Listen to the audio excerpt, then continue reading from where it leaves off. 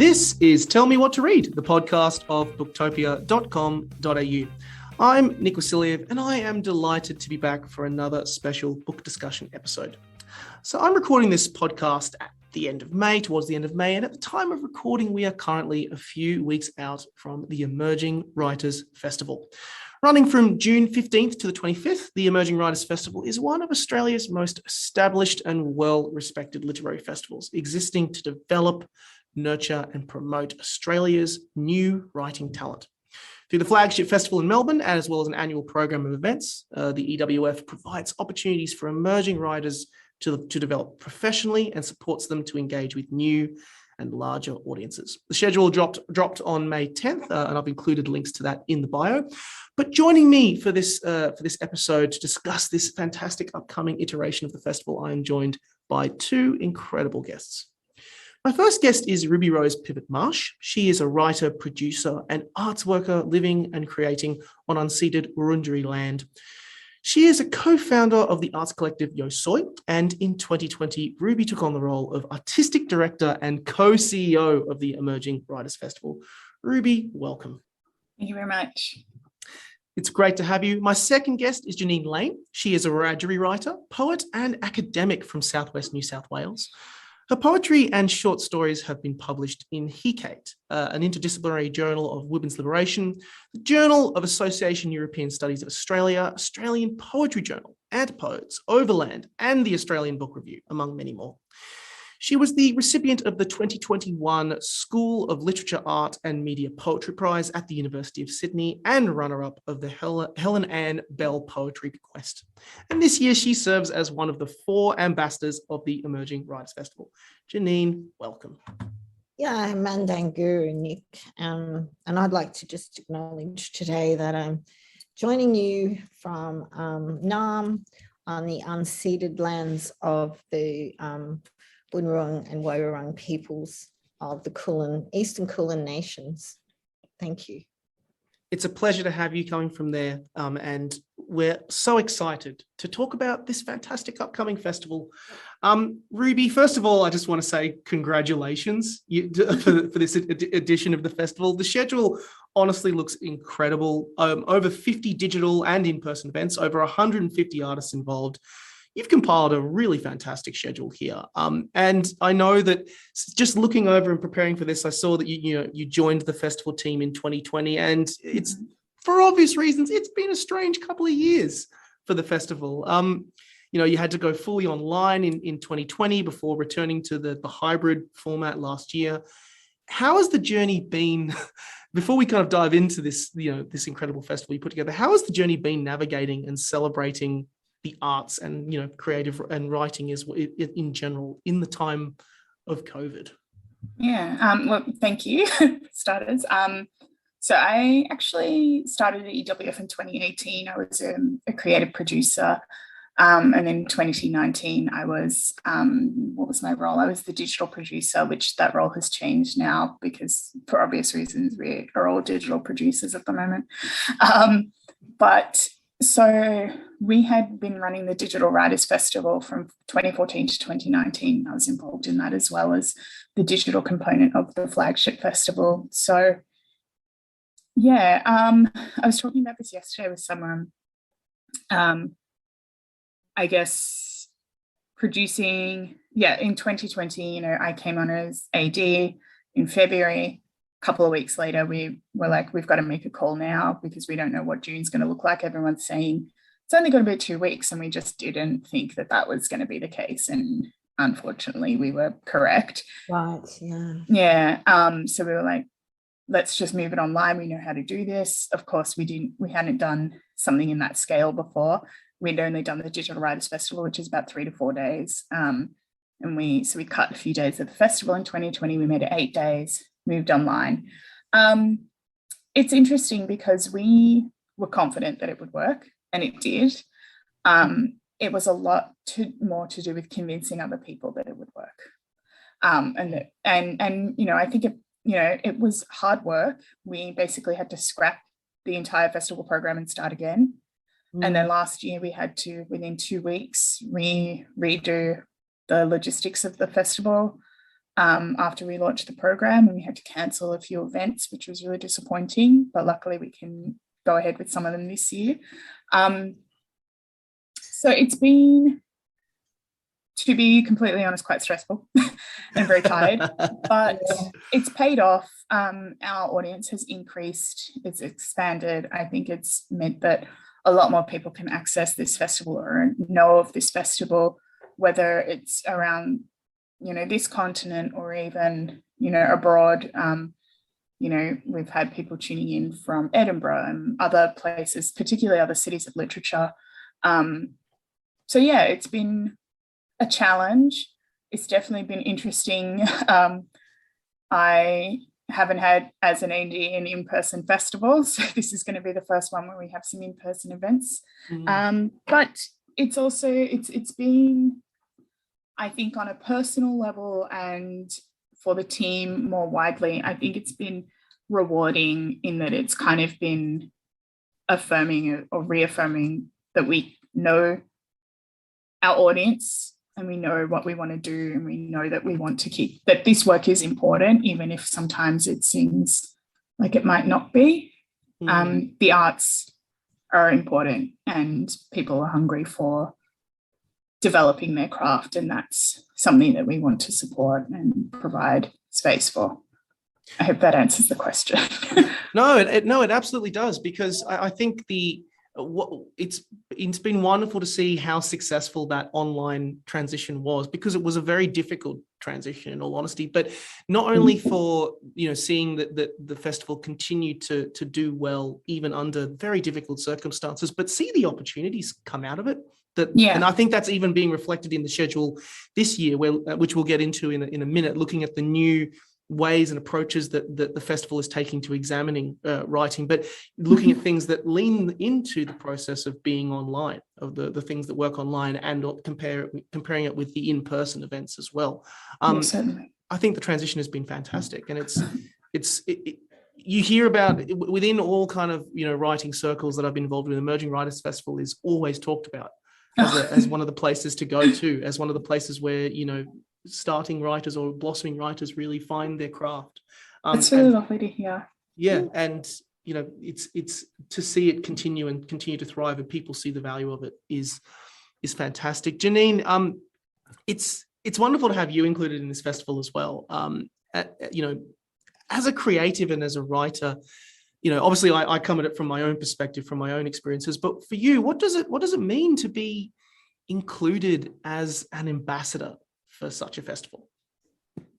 Yeah, thank you, Nick. Look, it was a great privilege to be asked, and I'll just backtrack a bit first, and just want to commend Ruby and the whole festival team for their tremendous ability to adapt and to the changing times, and to bring us this very diverse program. To be an ambassador is, look, I was tremendously grateful to be asked. It's a tremendous privilege to have that role, and it's most important to me. It is a way of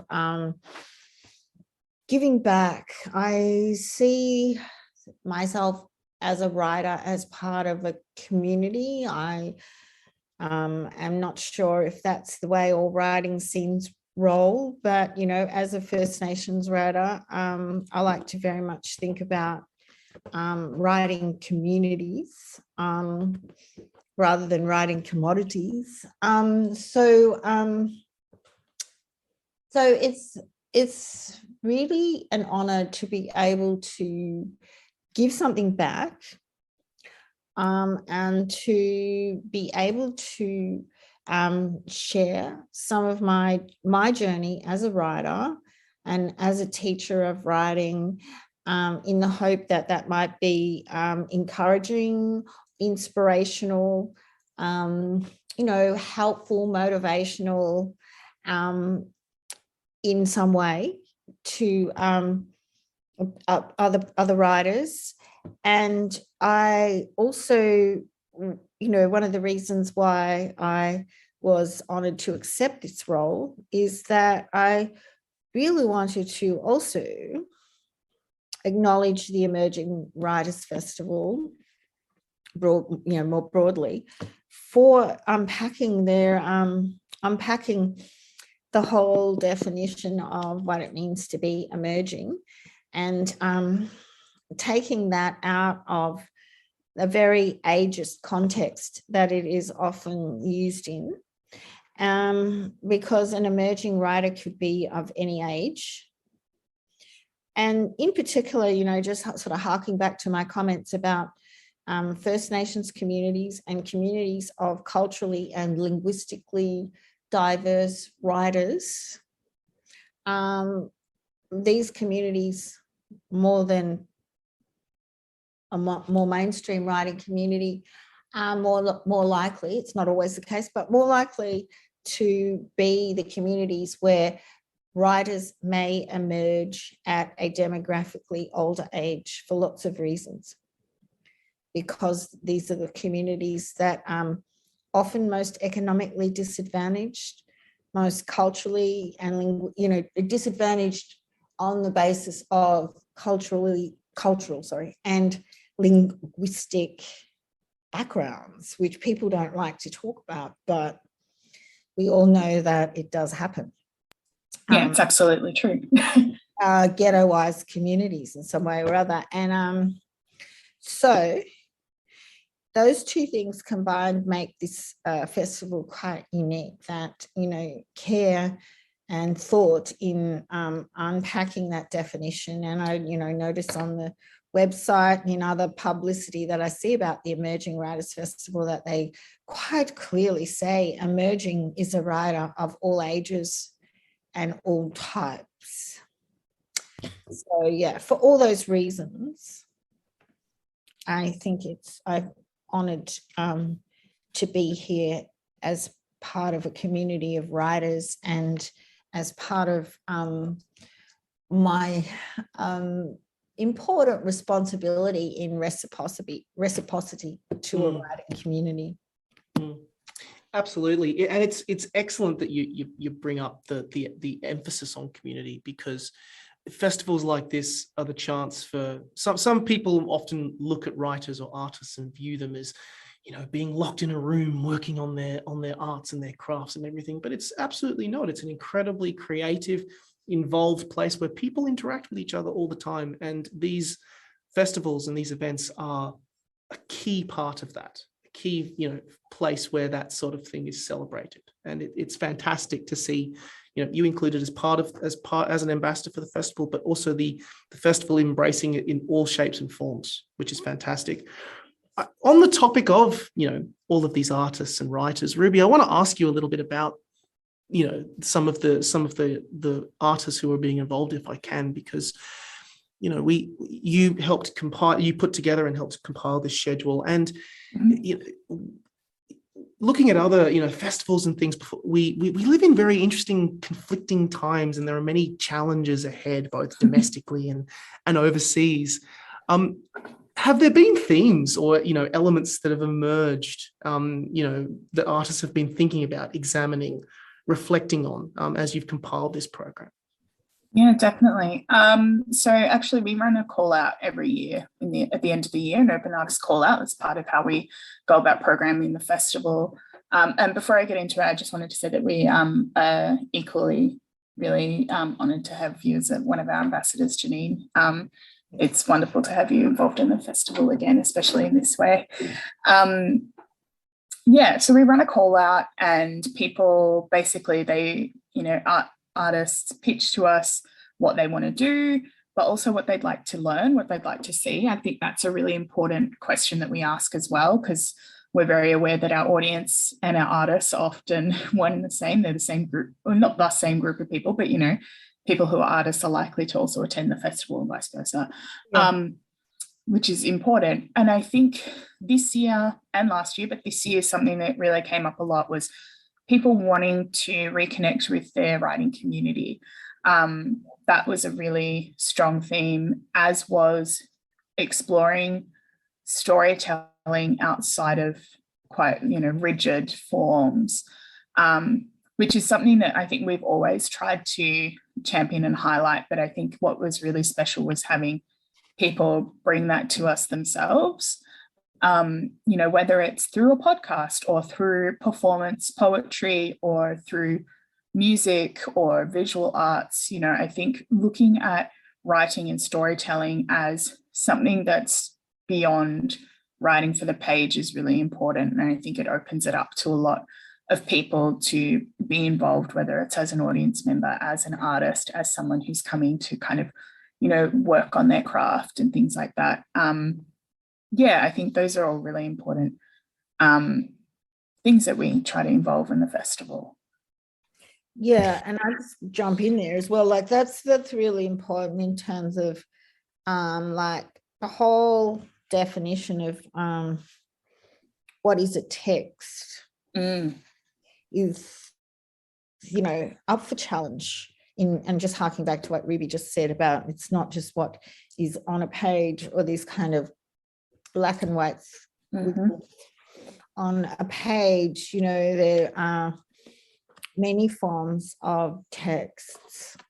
Yeah.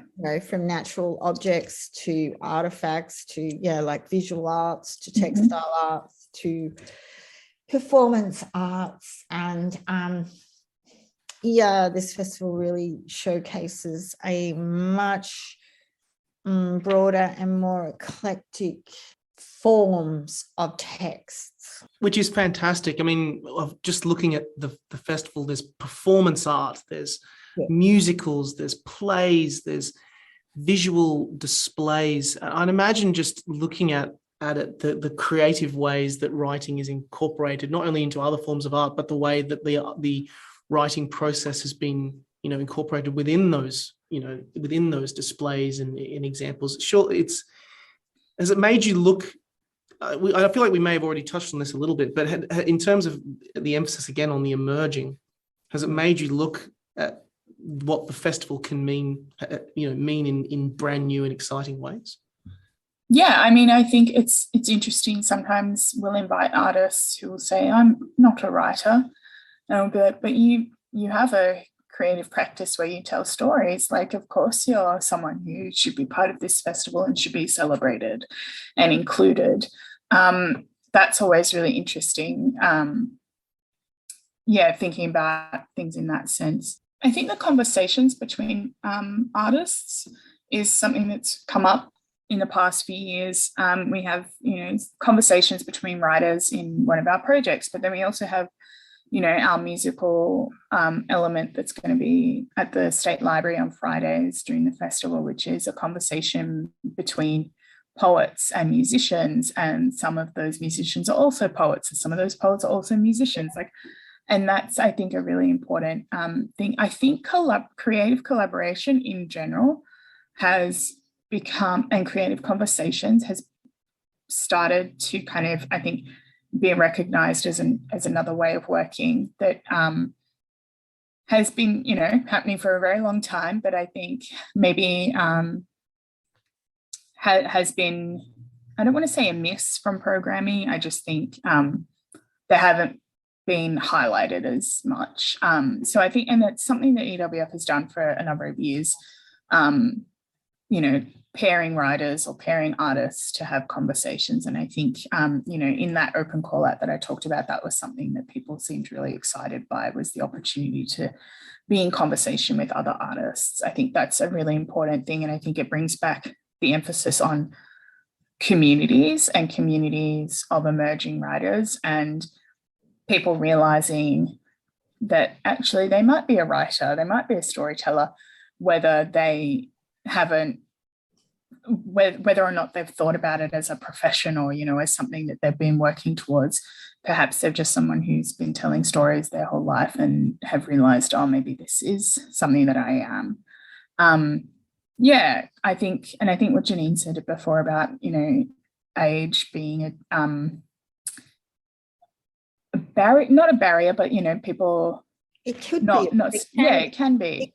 It doesn't have to be, but it can be often. Yeah. Often is in a modern, very commodified writing sense can be made a barrier. Yeah, certainly. And I think that's something that we try to kind of make clear is when we talk about emerging writers, we don't mean writers of a certain age. We just mean writers who are emerging in their practices. Yeah.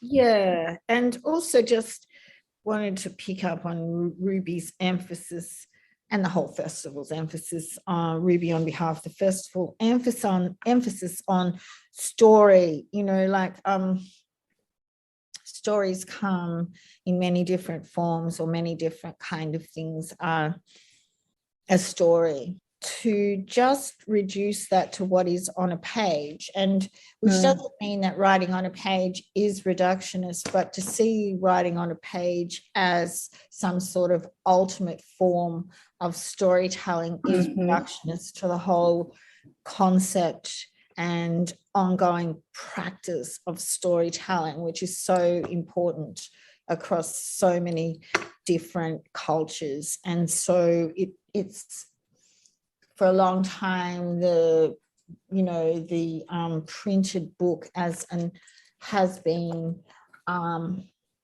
marketed, because it is marketed, because it's a material object, marketed as the ultimate form of story, and in some cases constructed as the only form of story that is print.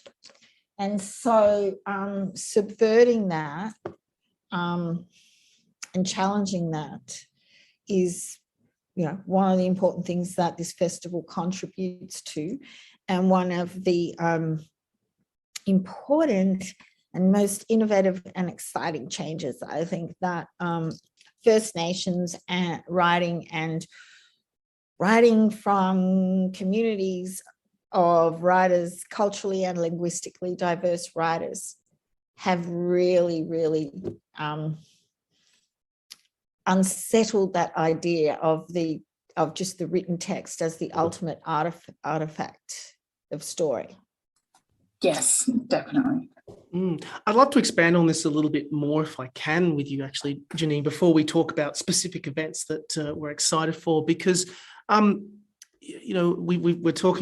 mentioning that there's, the writing is taking many forms, but I want to ask you specifically from your own background about the poetry in your regards. We've seen there is a very much a change going on, I think, right now, where poetry is starting to be regarded in a much more, people are starting to see the real value for it after, I think, a few years where people haven't really been.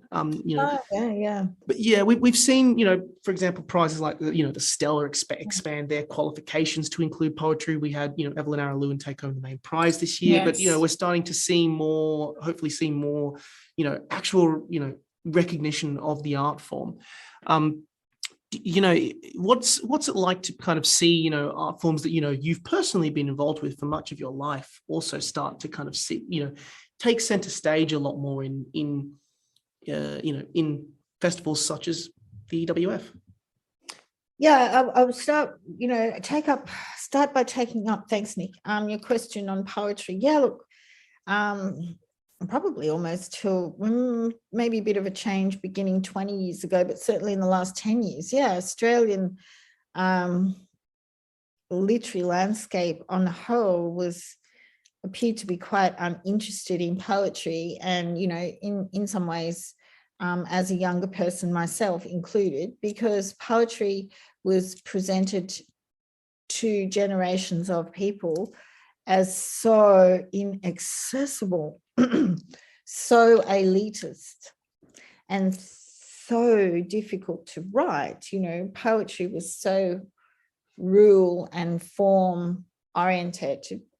I don't remember all these rules that we were sort of taught about poetry, but all these things about rhyme and meter, and when you put all that together, you're hard pushed to get a message into that or out of it as a reader, into it as a writer, out of it as a reader, when you labor it up with all those kind of considerations. So, getting back to what I said about diversity, First Nations writing, and writing from culturally and linguistic and socially diverse communities and writers of such positionalities, has come to actually challenge those rules and regulations of inaccessibility around poetry and story, that poetry is not necessarily form driven, poetry is message driven, poetry is emotion driven, and then so is art more broadly. And then when you start challenging some of those conventional forms that made poetry feel so inaccessible to many people, and which sort of thwarted many people's writing of poetry, or if not their actual individual writing of poetry, their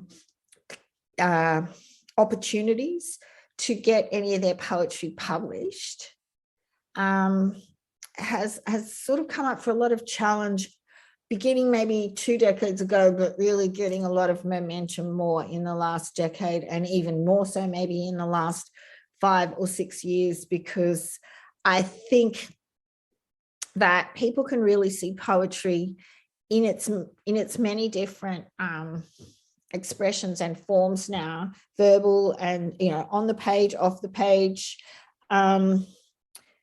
talking to them,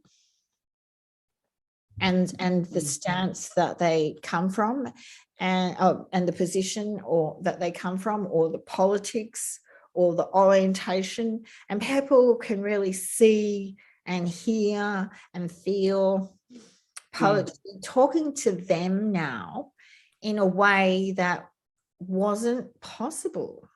Even, from in the 90s, I was home with babies in the 90s, and I was a teacher in the 80s. So most of the kids hated poetry unless you could find something different. Occasionally they would, warm to it, or if you got them writing their own poetry, but that was very much discouraged in schools up until probably about 20 years ago. And it was mostly like, no, you give them the elite poetry, you give them the poetry of the masters, and they're all these sort of old dead white guys. Yeah. Mostly, people have a lot of problems relating to in the first place, and questionable about whether people even related to them in their own times, or whether just but that just became beautifully unsettled by like this, the activism and the resistance and the infiltration of First Nations writing, because I don't want to say we were necessary, well, we weren't, we had to sort of push our way into the scene. And then also culturally and linguistically diverse writers, and that just kind of forced a revolution within the scene, basically, and it's just made it so much more inaccessible. And a lot of people feel like they can write poetry, and that they can, and if not, that they can relate to it, or that they use it. And I just know heaps of people now who don't write poetry, but they read it, or they follow a particular poet, or a particular poem really resonates with them. And even if it's just one poem that resonates with people, it's a big start. Shows the power of the art form, that it's something that should, the art form and the diversity of the art form, exactly, like not just necessarily words on a page. It could be performed, could be sung, could be music, could be image driven, visual image driven. I love your passion for it, and I love that it's that we are now starting to see the failures of the previous 20 years start to be addressed, and this start to take center stage. Because I mean, on your topic of relatable poetry, I remember growing up and reading the Ruby-Rose poems, and that was the first time that I really just, you got a sense of it. You got a sense of where she was coming from. And suddenly so much of, the First Nations troubles that she was talking about started to make sense for people who hadn't come from that context. It's such a valuable tool. And the chance to actually put that front and center is honestly fantastic. And it's still lacking, but it could be better.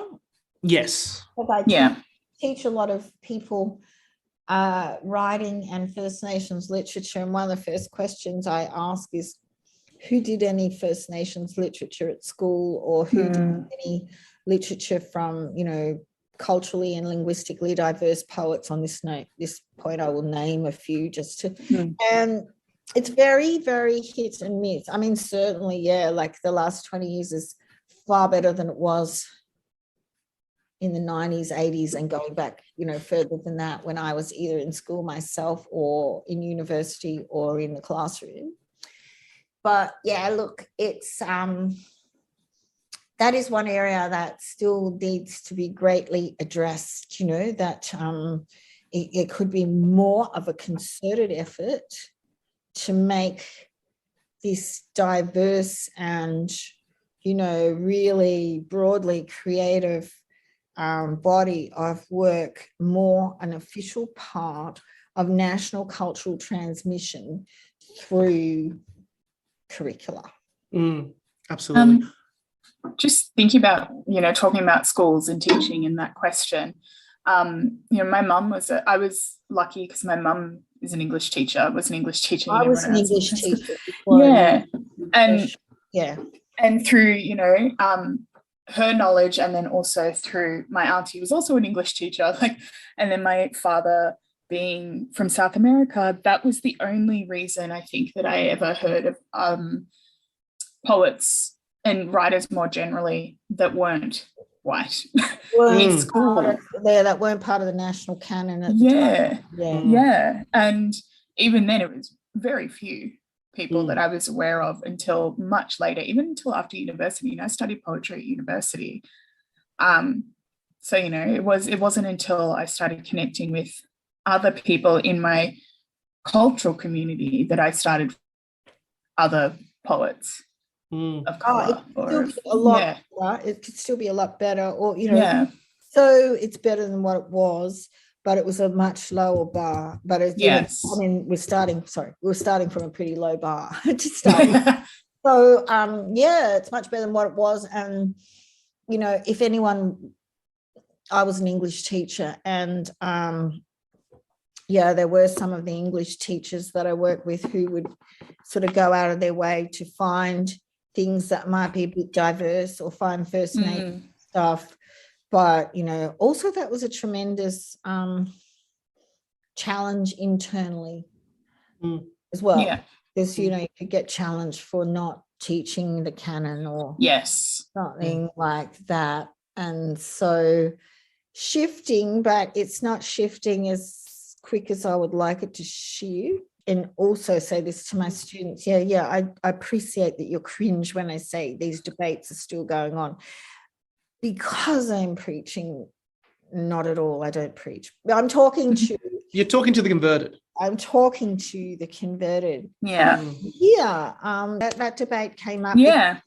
It sort of shut down after about 6 weeks ago, because we went into election mode. But just before that, it was it was on the national news about the acting education minister is kind of like stalling on changes to the national curriculum because they are concerned that some of the language in the curriculum, words like invasion and massacre are too get people's backs up. Also changing words like discovery. Yes. That's still blocking at a national level after all this time. On the one hand, it is tremendously frustrating for people like myself and other people, all sorts of people who care about this. But then on the other hand, you have this generation of people, and generations, plural, of people who are really being denied this truth through the inappropriate, ineffective language of national curriculums, still impacting, and you can't actually blame the people in the system entirely for that.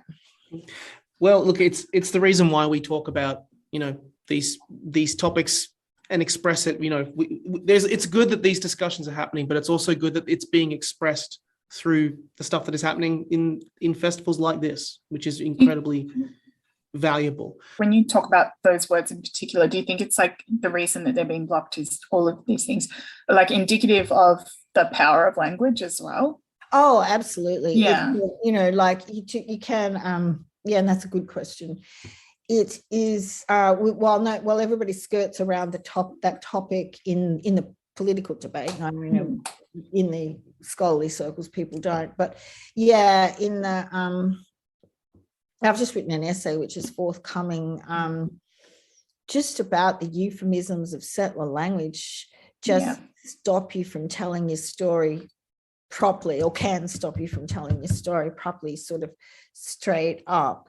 And then, all this backlash that Ruby's talking about, and this backlash that keeps coming up. And I really remember it, although you can be forgiven for not remembering 1996. There's many platforms on which John Howard rose to power. In 1996 was this idea that Australian history, and when he says that, he means language, like what you're talking about, has gone too far in the direction of what he called left black armband sympathize, and he's like, one of his promises was, well, we'll bring it back. Yeah.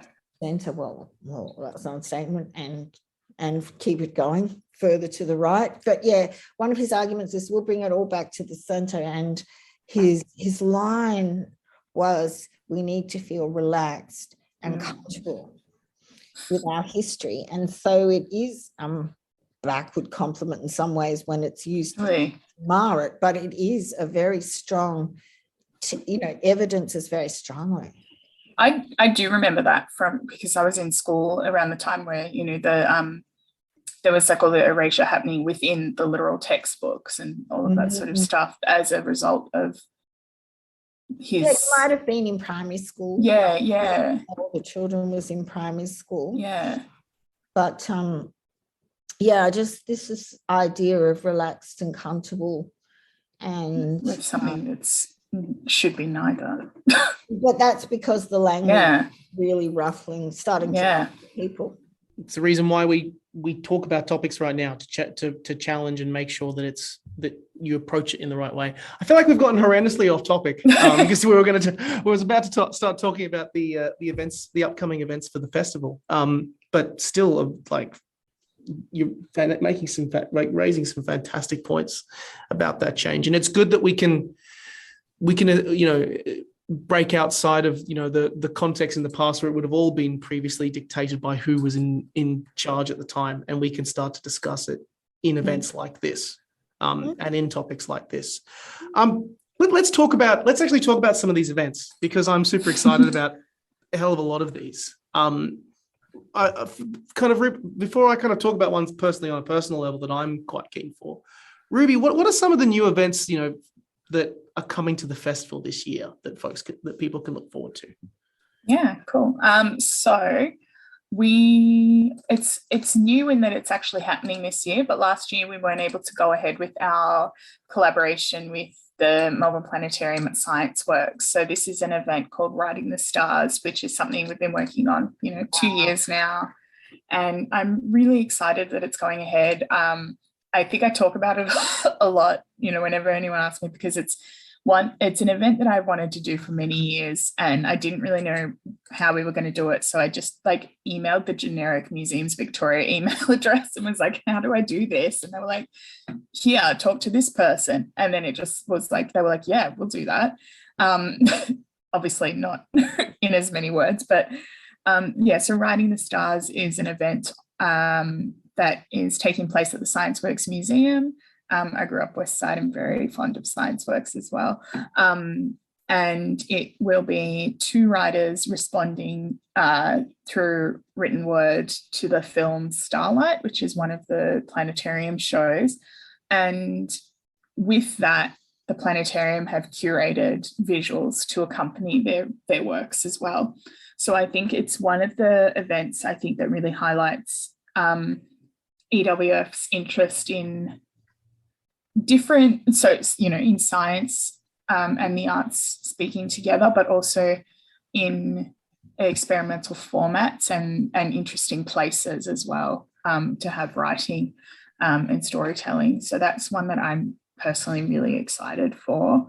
And then we have, when I was talking earlier about collaboration and artists in conversation with one another, we have a collaboration with Perth's Centre for Stories, which is an incredible writing centre, and we have a publication, an anthology forthcoming called Here and Now, and we're launching that as part of the festival. And it is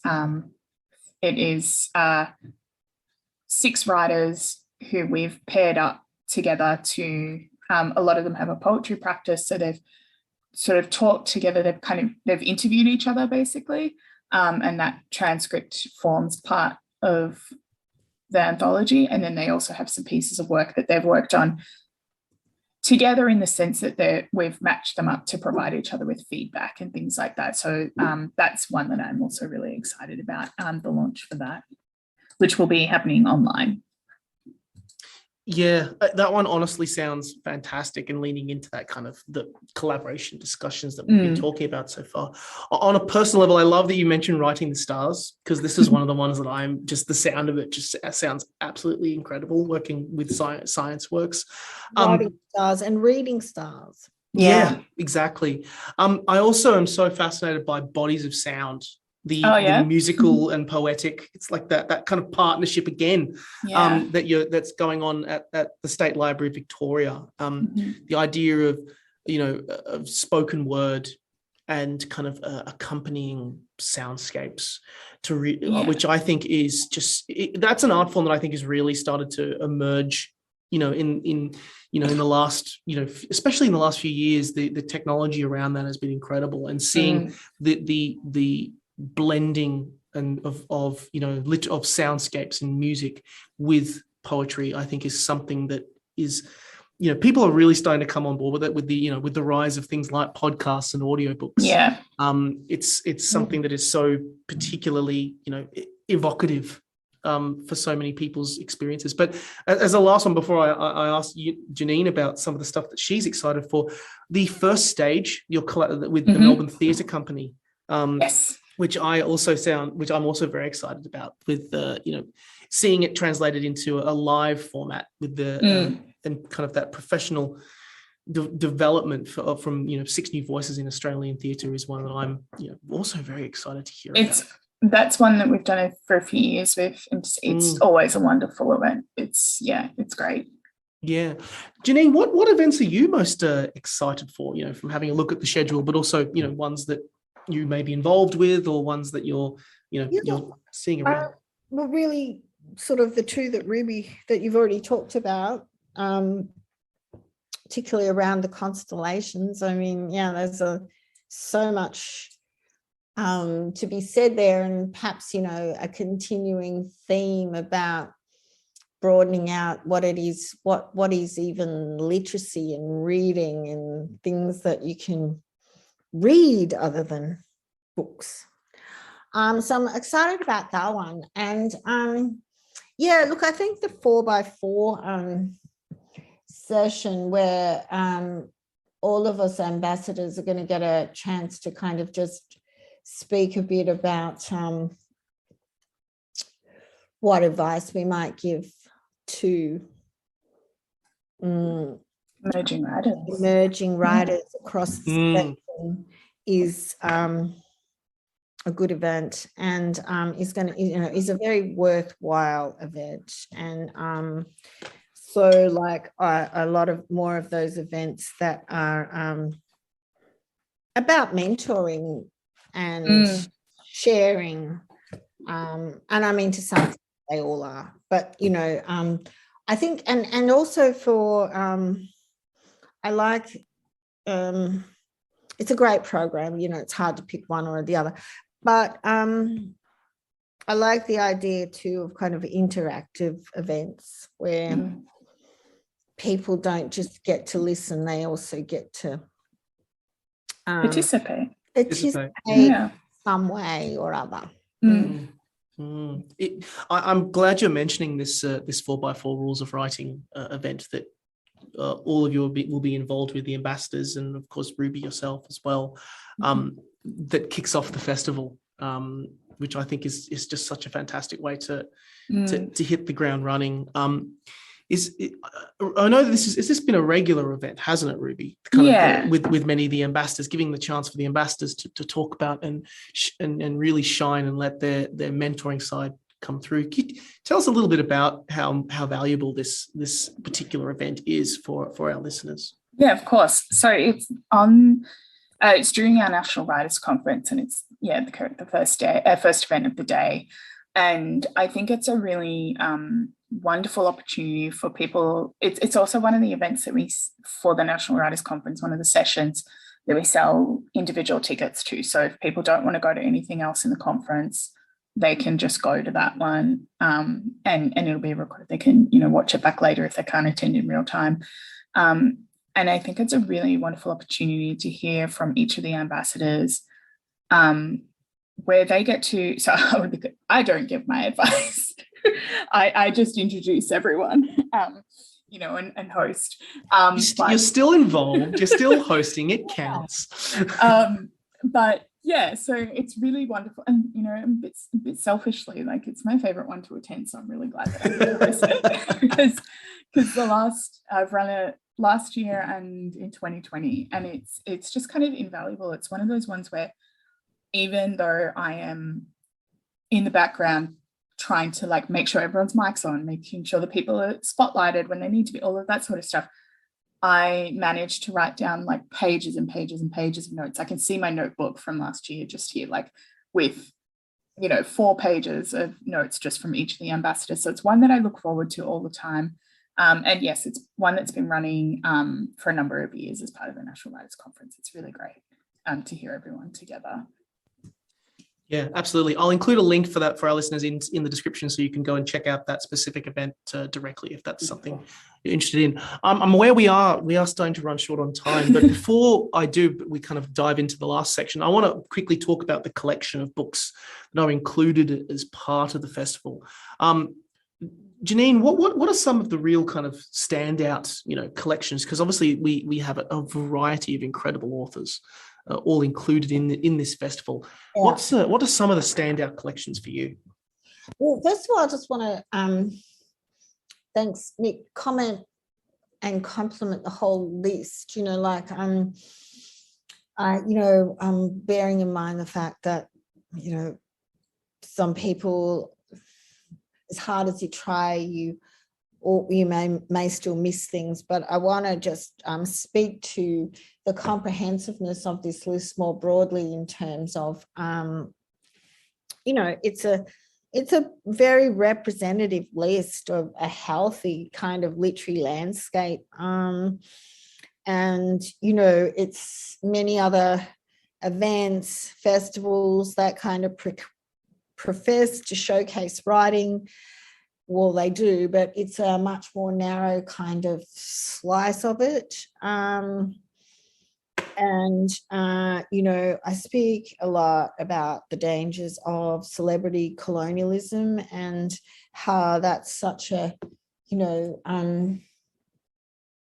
a bit of an enemy to writing, really, because it doesn't acknowledge a whole trajectory of writing. Like no book.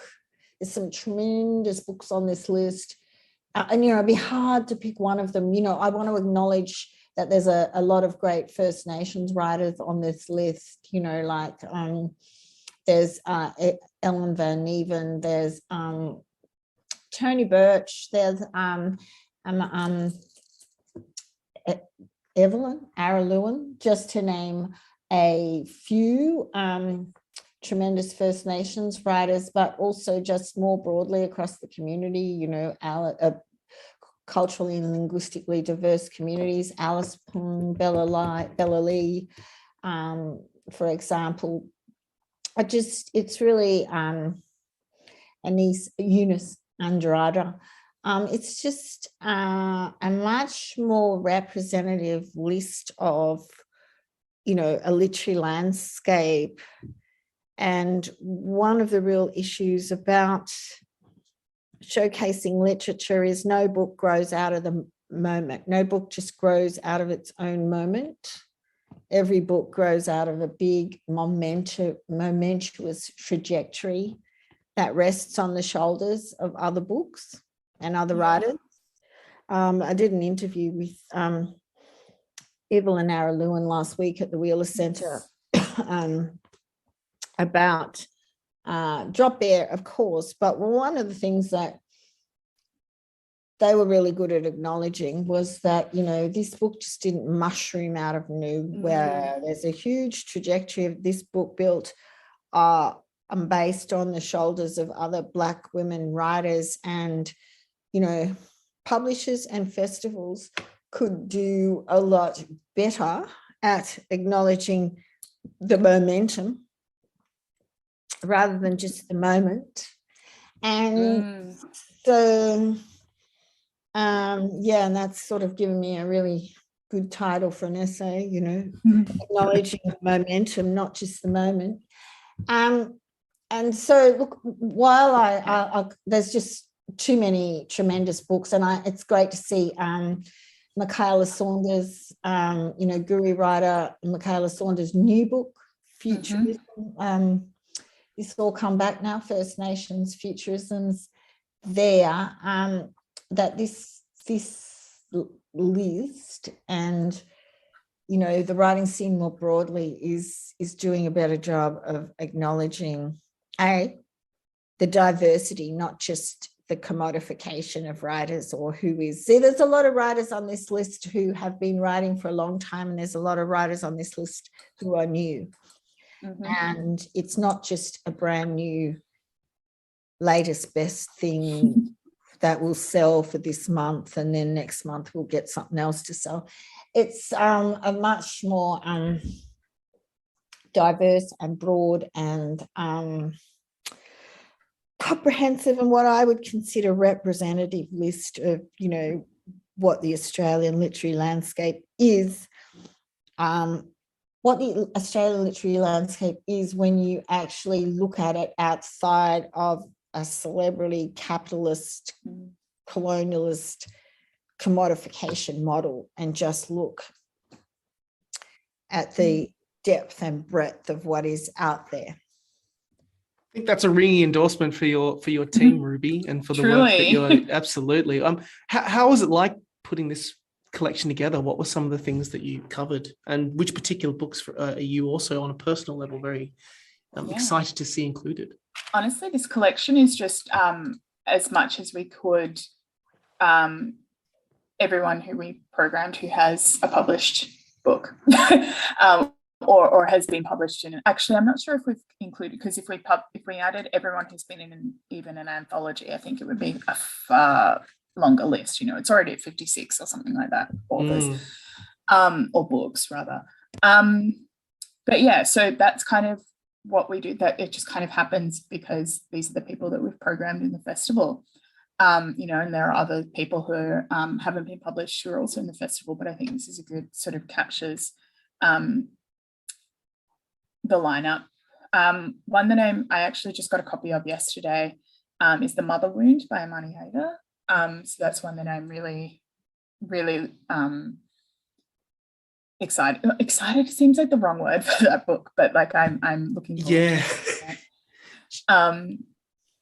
Yeah, and then This All Come Back Now that Jeanine mentioned, and also another collection of speculative fiction that we have is Unlimited Futures, which is edited by Rafiq Ismail and Ellen Van Nieuwen. So that's one that I've got as well. See, this is the thing, I have so many different piles of books around the house that one's on my bedside table, not on my... I feel like it was a bit of a loaded question to ask which ones are standing out to you, because they'd be everywhere. All of them. All of them. It's a loaded question because they're all included for a reason. But the one that you know, the author, the writer, the poet that Jeanine mentioned before, Eunice Andrade, like I read Take Care over the summer, which is just an incredible collection. It's wonderful. I read that on the train. That's a one. Yeah, it's a great collection. Yeah. Yeah, it was. I remember just goosebumps Yeah. From the sections from what I was able to read and chatting to her about it as well. When we were discussing when she was in the shortlist for the Stella. Yeah. Just she hits the nail on the head on so many topics. Particularly from the Filipino experience that people just do not, within literary circles is not talked about enough. Yeah, no, not at all. It's honestly a fantastic book. I'm aware that we are running out of time, and I can honestly talk about this collection. If we could talk, it could be a podcast in itself. It definitely could. It definitely could. I'll include a link to it in the description. But we'll finish off now by kind of on a bit of a lighter note by asking a couple of fun questions, some about the festival, some about your own reading or book experiences. First up, and I'll throw to you, Ruby, for this one, just as a little bit of fun. What is the perfect idea of a night with a book or a piece of art for you?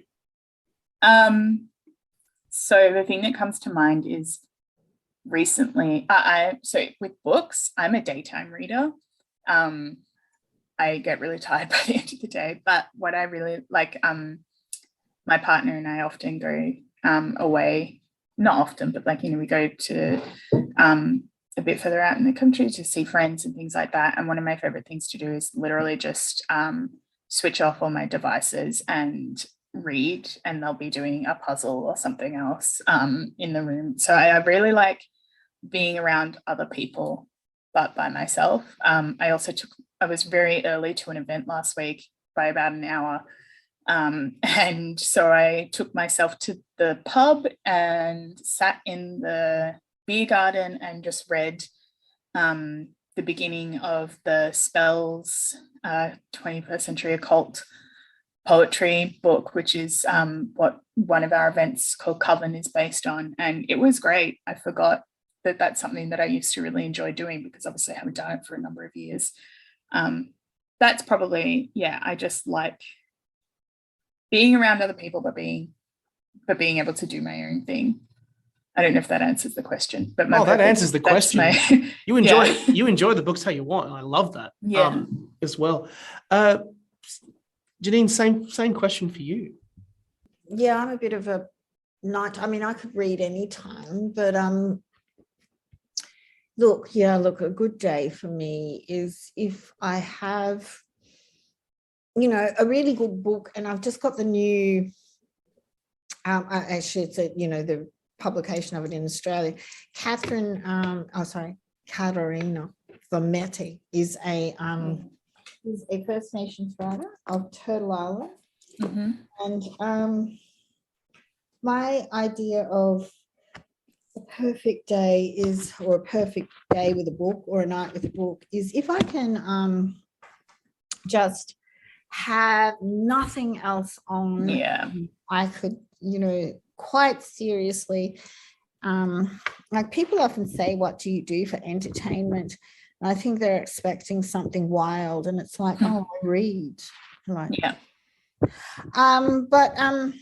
growing up as a little Aboriginal girl in the country, and being raised by aunties who were, born from the early 20th century, onwards. I had one auntie who was born in 1909, used to look after me, and another, in the 1920s. Access to schools and reading and that sort of culture of power was pretty non-existent or very limited for a lot of my older relatives. And so I had one auntie who, felt that she was, lucky enough to be taught how to read, and reading gives you access to other people's stories. And the only way to learn about stories, other people, other cultures, is to read their stories. I don't think you'll get much out of the history, or they're not an officially written history. If someone puts it in their book, you will, but if not, or puts a part of it in their book, but not just from reading a national history, you get nothing about First Nations people really, about us, from reading a national history. So, I don't take reading lightly either. It's something that my ancestors, my people, really fought really hard for us to have access to that as part of the culture of power. So I see everyone else just saw it as their natural right. Yeah. And as it should be, but I just want to point out that it wasn't always that way for some peoples. And so I love to read, just to read in, because I enjoy other people's stories and because I was taught to love other people's stories, also to, to honor and respect and commemorate the people who didn't get to do it and who fought really hard, lost quite a bit so that we could do it. Yeah. Good answer. I think about my father a lot. He's a big reader. English is his third language. Yeah, right. Both my parents are huge readers, but and that's something I think about a lot because that is something that both my parents, my father especially, instilled in me. It was like, I didn't have these opportunities and this is something that I want to make sure that you enjoy. And he really, they both really fed my love for reading. Yeah. Off the back of that, and this will be our kind of our last question on this one. We talked about earlier about getting the chance to learn new things from the festival. That is something that you mentioned, Ruby, that you are particularly excited about whenever we host the event.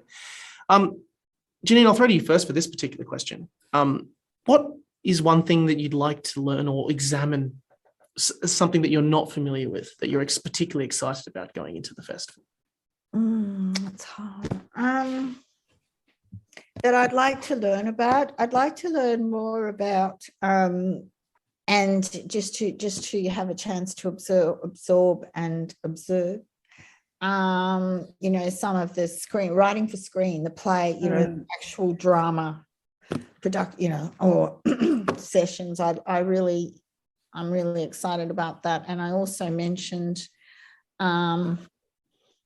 the stars, writing the star, these are the things I'd like to, so I'd like to hear about, there's Western perspectives on stars and there's others. So there's those things, but, it's pretty hard for me to say something that I'm more excited about than others. But I do love dialogue, and I know that script writing, screenwriting, drama, plays really centers dialogue and voice. Yeah. So those sessions are quite exciting among what is a pretty exciting program. Yeah, I on a personal level, I'm pretty excited by that too, just to see how the translation of it, but the process specifically of it as well, that differs from your standard, your traditional quote unquote writing processes. Ruby, same question. Off the top of my head, the one session that I really want to attend, and I don't know if I can because I'll probably be working at a different one, is the Digital Writing 101, which is our workshop with Express Media. It's a free workshop on essentially what it says on the label, Digital Writing 101. I have some poems that I've written that I would really like to make more visual and digital, and so something that I really want. I don't have that skill set, and something that I really love and I admire. Luke Patterson's poem, The Authority of Trees, is one that I come back to a lot in that sense of a visual digital poem. Yeah, and also I just want to jump in there too, because I think that's one area where I am kind of lacking is like, I do it a bit, but, I'd really like to be able to do more. You just mentioned Luke Patterson, and he had some pretty cool poetry. He does beautiful work. Rabbit, in the last journal recently. And I just really like to learn how to do more about manipulating my work on the page, and doing so, because I feel like I'm not that great with digital technology, whereas I could do so much more. I feel the same with my own. words on a page. So well, I'm glad you mentioned that session. Yeah, it's another particularly exciting one to have a look at and examine. I honestly could talk to you both about this festival all day, but unfortunately we have run out of time. So I'll first of all by saying thank you so much, Ruby and Jeanine. It has been an absolute privilege chatting to you both, and I cannot wait to see you both at the Emerging Writers Festival and all of the incredible events that you'll be a part of or will be a part of throughout the festival. Thank you so much for taking time out of your day to come and chat to us here. Thank you. Thanks, Jeanine. So for all of our listeners, the Emerging Writers Festival runs from June 15th to June 25th, and you can head to emergingwritersfestival.org.au to check out the program and get tickets. Links will be in the description. We hope whether you're in Melbourne or you're interstate, be sure to check out the festival online or in person. More than 75% of the festival's events and projects are also free to attend, so get along and check it out. You can also get copies of some of the books mentioned today in today's podcast right now by heading to booktopia.com.au. We'll catch you next Wednesday for our next episode of Tell Me What to Read. But until then, thanks for listening and never stop reading.